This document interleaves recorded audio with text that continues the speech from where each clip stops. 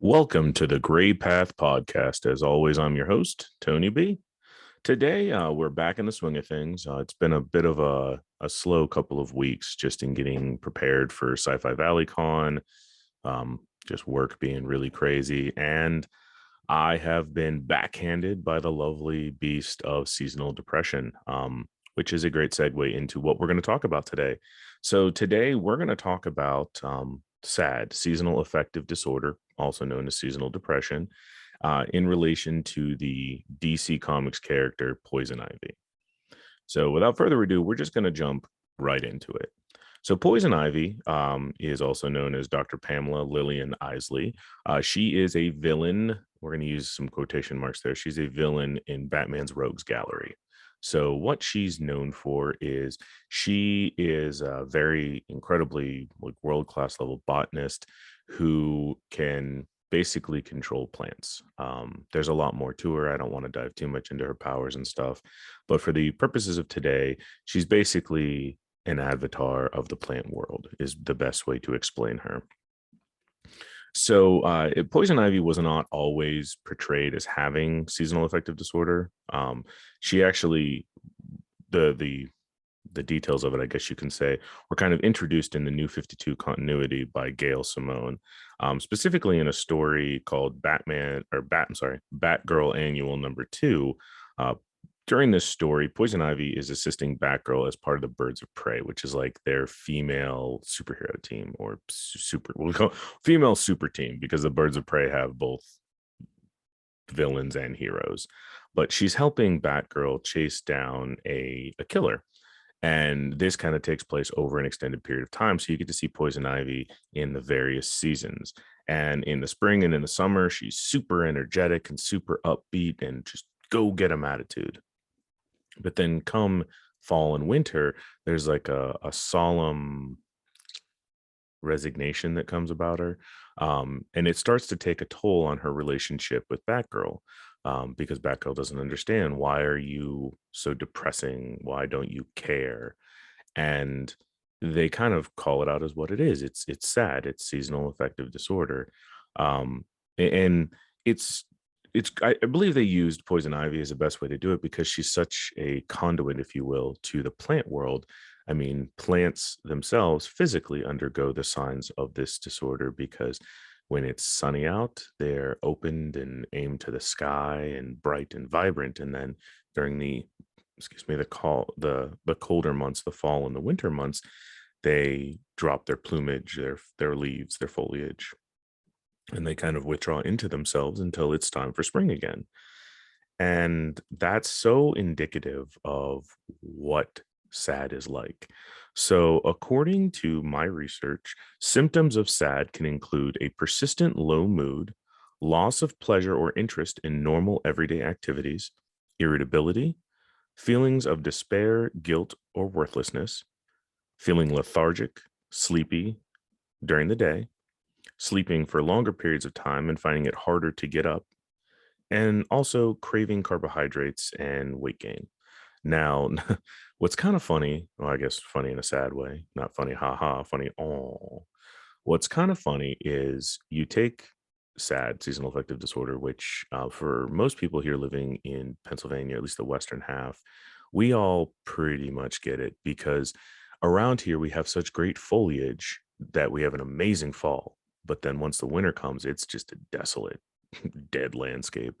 Not only that, but we have what I have affectionately called the gray cap, which is a perpetual overcast that kind of settles over the region, and it'll be here for months. I mean, it's not odd to go a month or two and not actually see the sun itself.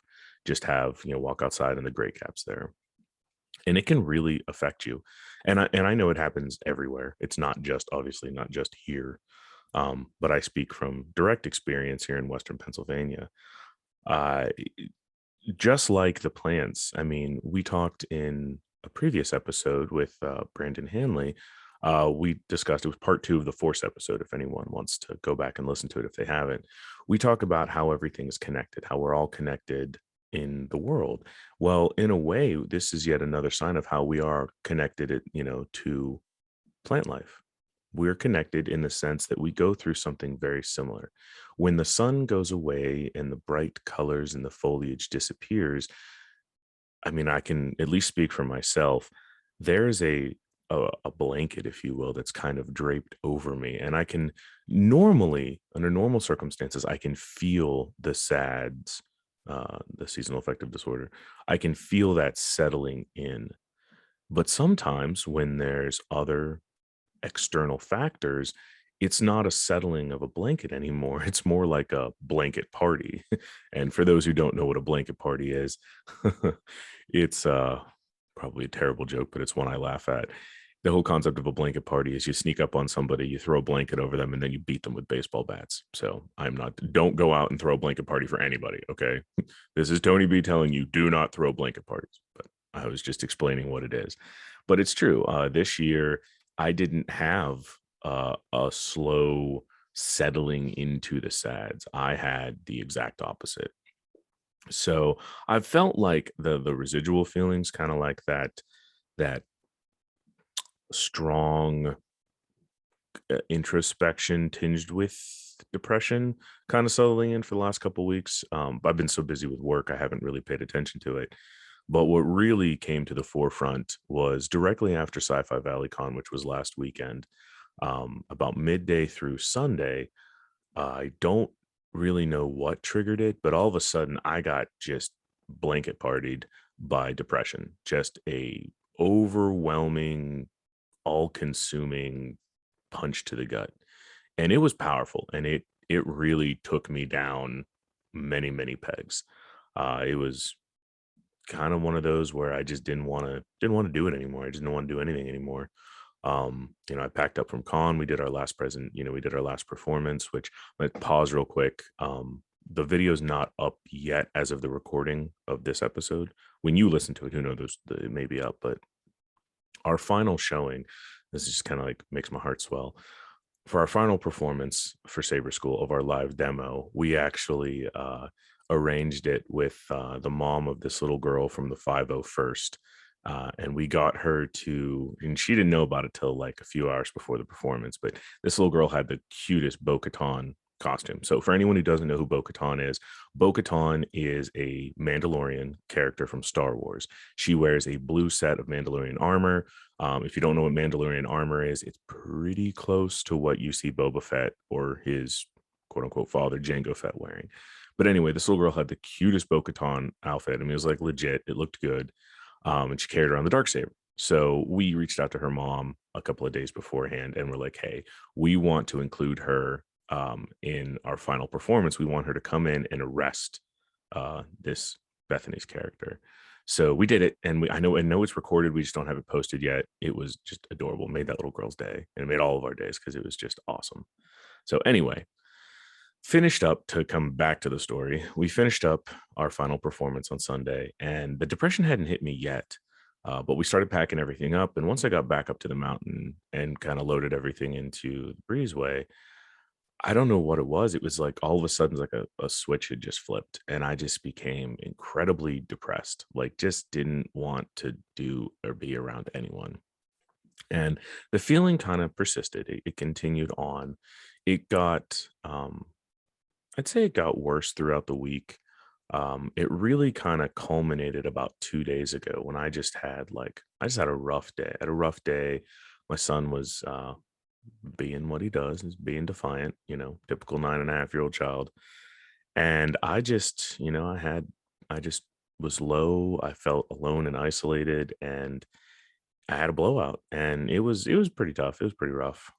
Reached out to some friends, my close confidants, and slowly started the process of reeling myself back in. But that brings me to why I want to talk about this, because I really do feel that a lot of people I have met in my travels, they seem to have seasonal affective disorder. And some are aware that they have it, some are not aware that they have it, some don't understand why they feel the way they do. And maybe you, as you sit here listening, you realize, oh shit, I have that. Like, it starts to get cloudy and gloomy out, and my behavior, or my mood, if you will, just tanks. Well, I want to talk about some of the ways that it can sneak up on you. Some of the ways, just to see if maybe it is something that does affect you. And then I want to talk about how it's affected me. And I really want to talk about ways that I combat it, because I've been experiencing it for a long, long, long, long time. I mean, I've lived in Pennsylvania for most of my life. Um, so let's kind of first just talk about ways in which it can sneak up on you. It's not like other situations where it's like something bad happens to you and now you're depressed. This just kind of creeps in. It generally, I seem to notice it depending. We'll talk, because we're in fall right now. We'll talk about fall. So I'll notice it as the trees start to gain some change in color. You'll start to see some yellows and some reds and some oranges appear. And that's when I'm like, at first, it's like, it's not a depressing bad, like, oh, I just want to kill myself. No, it's more of just like, oh, I want to snuggle up with a good book and a cup of cocoa. It's like this comforting feeling, but I can begin to feel myself drawing inward, very similar to a plant. As the sun goes away, the plant just doesn't slam shut and go into hibernation. No, it slowly starts to close its petals, or whatever form of of sun gathering apparatus it has.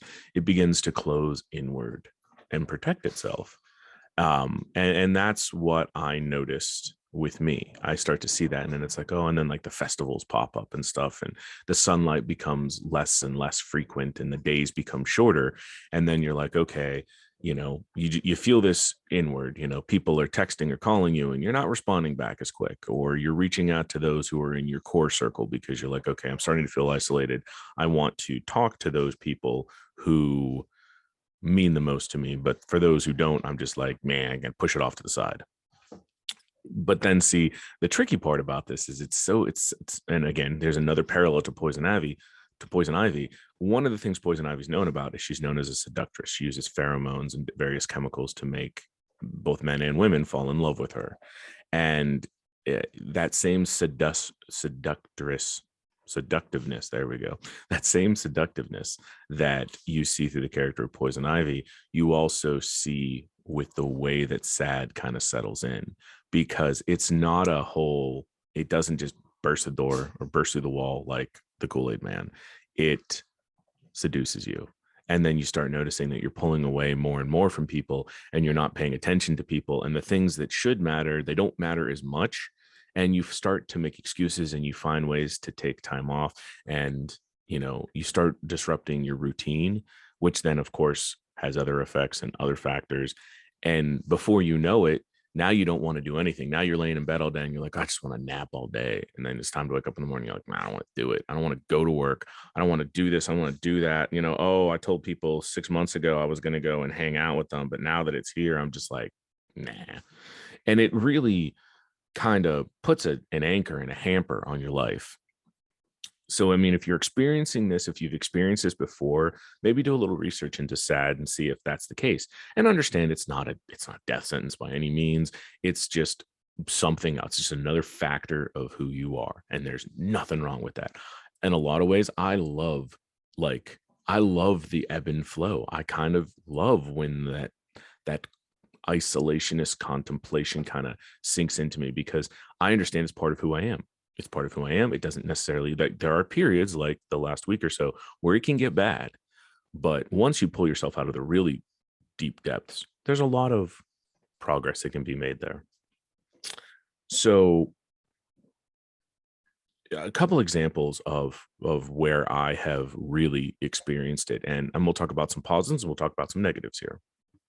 So one of the negative experiences I've had is when it comes to weight gain. And this actually kind of ties a lot, if you will, into the pandemic we just came out of 2020. Because in a lot of ways, 2020 was like a year long, basically like a year long experience of S.A.D.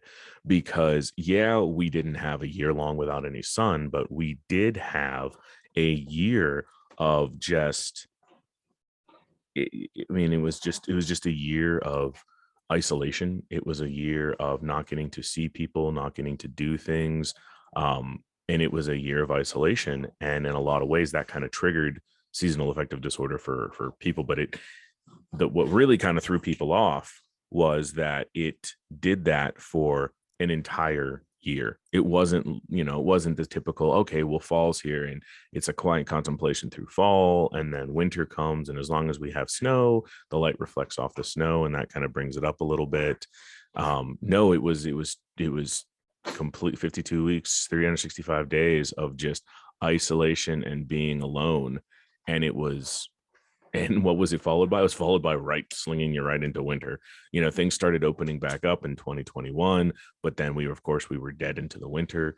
So what that ties me into is one of the most negative experiences I've had with SAD is how it will completely throw my eating plan off entirely. I mean, what was the last thing we talked about earlier when we were talking about symptoms? We were talking about craving carbs and gaining weight. Oh man, I couldn't tell you how many times I just gobbled down bowls of candy because I got a massive sweet tooth. It's like one of the things I got to try to fight against. And it, is this that SAD sinks in. You're just like, give me all the candy, give me all the sugar. What, you got pastries? Pfft, pile them on the plate. I mean, let's revisit one of my favorite analogies from earlier episodes when we talk about the fucking pancakes.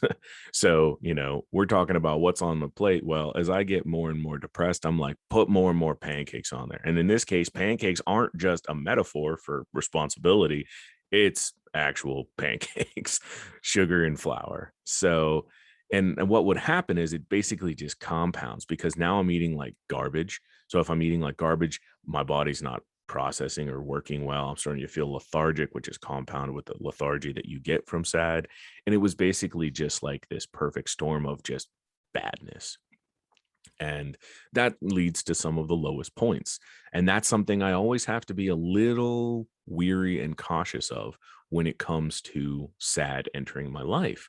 I have to be aware that, okay, buddy, it's okay to feel isolated and kind of bummed out and stuff and introspective, but you got to avoid falling to the carbohydrate trap.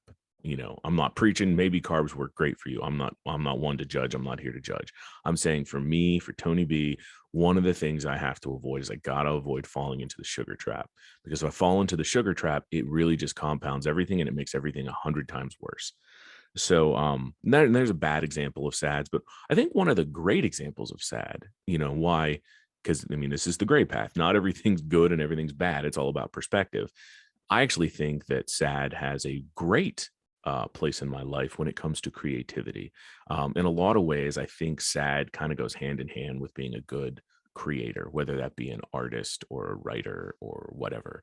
When you get to that SAD contemplative state, or not even just sad, but kind of just like a numb contemplative state, a lot of times the creativity can flow. As long as you're not being held down by other things, it can flow.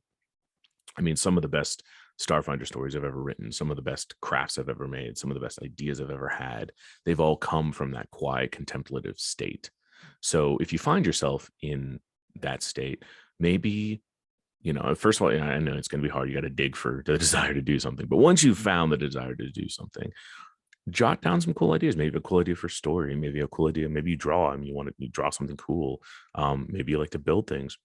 Go out in your workshop and build. Who knows what it is? Maybe you're an idea guy or girl. Maybe you're an idea person and you're just like, oh, I have this really cool idea. Jot stuff down, take some notes, really take advantage of that contemplative state. I mean, a lot of, when you see in popular fiction, a lot of writers are always shown as these depressive people. But I kind of feel like the SAD period is like the writer's bread and butter. Like you get all that pain and anguish out because it kind of generates during that period, but you're got enough clarity that you can put it on the page. So I guess what I'm trying to say there is understand this isn't all terrible or bad or, oh my God, I need to fix this. I need to cure it. No, it's just a facet of who you are. It's a facet of life. And just like with anything in life, we find ways to make it work for us. We define our gray path. And when we're defining our gray path, we have to be able to take what is there and make it work for us. So that's what I wanted to talk about. That I just want to kind of bring up about how we can do that. I mean, it's entirely possible in every shape and form. It's entirely possible to take SADs and make it as something that works for you. Now, kind of as a cautionary, if you don't know that you have SAD or if you don't know that you're affected by SAD, I will say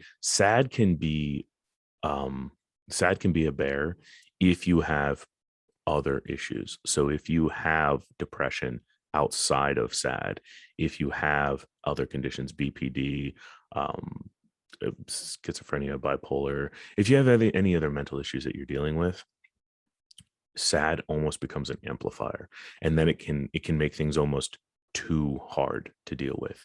So in times like that, I would strongly encourage you to reach out to your support group, reach out to your support systems, and if you don't have a support system, get one. Reach out to a counselor, reach out to a therapist, reach out to a close friend, because it can be overwhelming at that point. If you take regular depression and throw SAD on top of it, it becomes a monster in and of itself, and at that point it's probably always a good idea to call in some backup.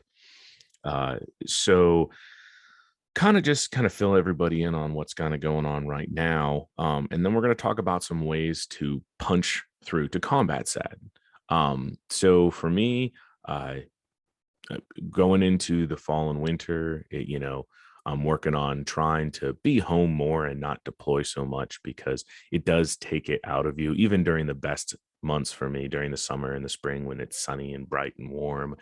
Being away from a home base for me, it gets taxing in a lot of ways. It kind of reminds me of like the Lantern Corps from DC, where if the ring, whether it be a green lantern, yellow lantern, red lantern, whatever, if the ring is away from the power source for too long, it begins to lose power, and everything, you got to go back and you got to charge it up regularly. You got to take the ring, you got to hold it next to the lantern and charge it up. Well, in a lot of ways, my home, wherever that is, I'm like that. I can operate well for a while away from a home base, but wherever home is for me, I have to return to it. So knowing that I'm going into the fall and the winter, knowing, well, one, living up on a mountain in the middle of nowhere, there's some aspects of life up here that maybe you silly haha, maybe you city dwellers or such don't have to experience, such as it's not rare where I live to get between 2 and 6 feet of snow in a night. It can happen. Doesn't happen all the time, but it very well can happen. So, and I got a quarter-mile long driveway. You got to stay on top of it. If I go, if I deploy for 3, 4 days at a time, it's very possible that I return home to 6 feet of snow that I have to somehow trudge through to get to my tractor to plow it all out. So there's the more practical reasons to not want to deploy during the winter months. But then there's also the mental reasons, which is, do I really want to add that stressor on top of everything else? On top of SAD, do I really want to pile being away from home for long periods of time? So all things that I'm considering. But that's a great segue into the ways that I combat SAD, the way I deal with it, the way I push through it, the way I make it my own. And this isn't me telling you all to do these things. This is me saying, this is how Tony on his gray path, this is how he takes action against SAD. And maybe there's some things that will work for you. Maybe they're not things that work for you. Maybe they'll give you some ideas to discover the things that work for you. But I'd say number one thing that helps me deal with SAD is being physical. So I have returned, now that I'm back home for at least a few weeks now. I've returned to boxing. I've gone back, and it's fantastic. Got to see a bunch of friends I haven't seen in a long time. Ran into a really good friend from boxing, Annalisa.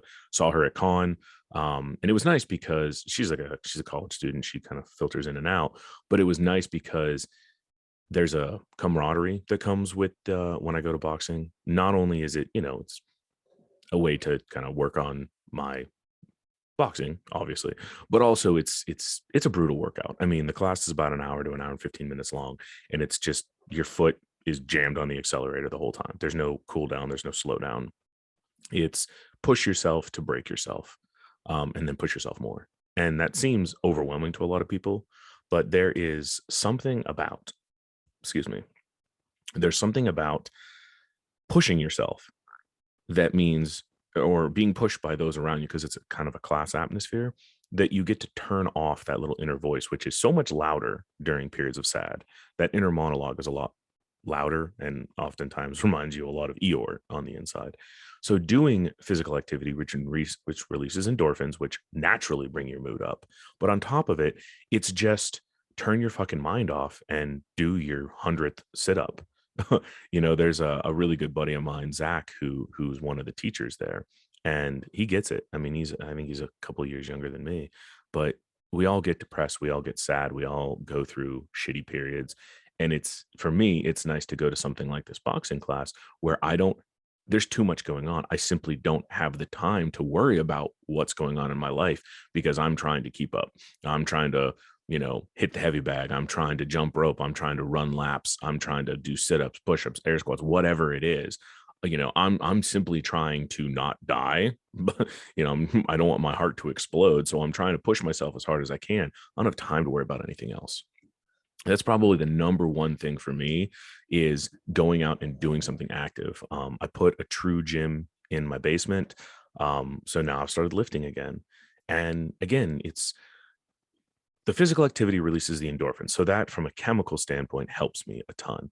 But in addition to it, just like the boxing class allows me to push and push and push and push and push, and I can't think about anything else because I'm being pushed so hard, lifting helps me because the lesson I'm garnering from that is pushing past what I thought I could do.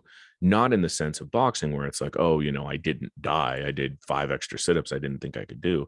In this case, it's more like moving weight you never thought you could move. It's one of the things I remember from when I first got into weightlifting or strongman was that sense of accomplishment that came from doing something you never thought you could do. So those are two really big things that are important to me when I find these periods of sad is I need to be physically active. Another thing that works for me, which is a bummer because we're going into holiday season, is for me, I have to cut the sugars out. I have to. It sucks because like I said earlier, I have a sweet tooth. I love the sugars, and we're going into Christmas cookie season and pies and all the great stuff and pumpkin rolls, but the effect it has on me is just it's just too much.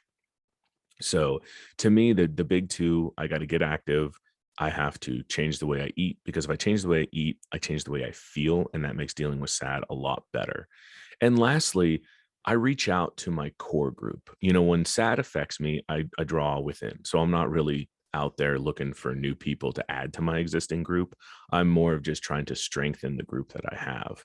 And that's something else that helps for me is reach out to my group.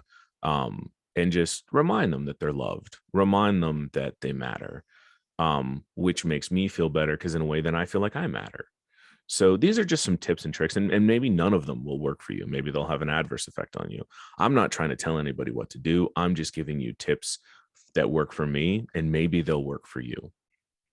So, because just, keep in mind, it's something I talk about on the show all the time. It's all about making progress, moving forward. I mean, there was a thing I used to say to one of my best friends I don't talk too much anymore, and that was always forward, always forward. You know, even if it's 14 steps back, make sure you take 15 steps forward, always forward.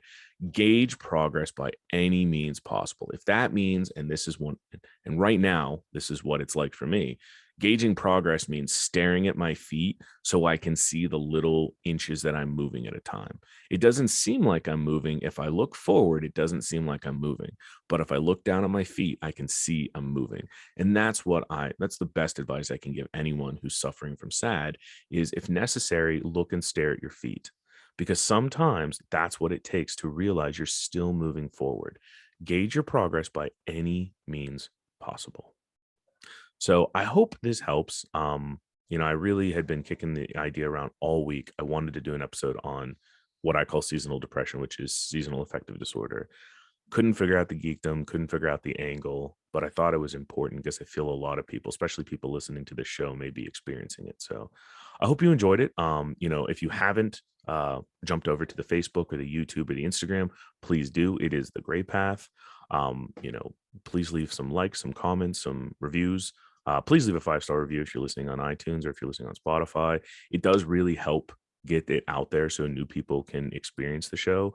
I made some really cool contacts. Thank you, Bethany. Give me a shout out to Bethany. She's been on a couple episodes. Thanks to her, I made some really cool contacts when I was at Sci-Fi Valley Con. Hopefully, they evolve into something that could really, really be a treat for not only the show but for the listeners as well. Hopefully, I've made some contacts that might be able to get some celebrities on. No promises. It's a work in progress, but I met this really, really cool girl, woman from LA who's a business manager, and kind of we shared a cry together. We talked about stuff. We talked about the Bing Bong episode, the one episode of mine I can't listen to, which if you haven't listened to it, I highly encourage you. It's a great episode, just way too personal for me. I can't re-listen to it. What I learned at Sci-Fi Valley Con is I can't even talk about it without crying.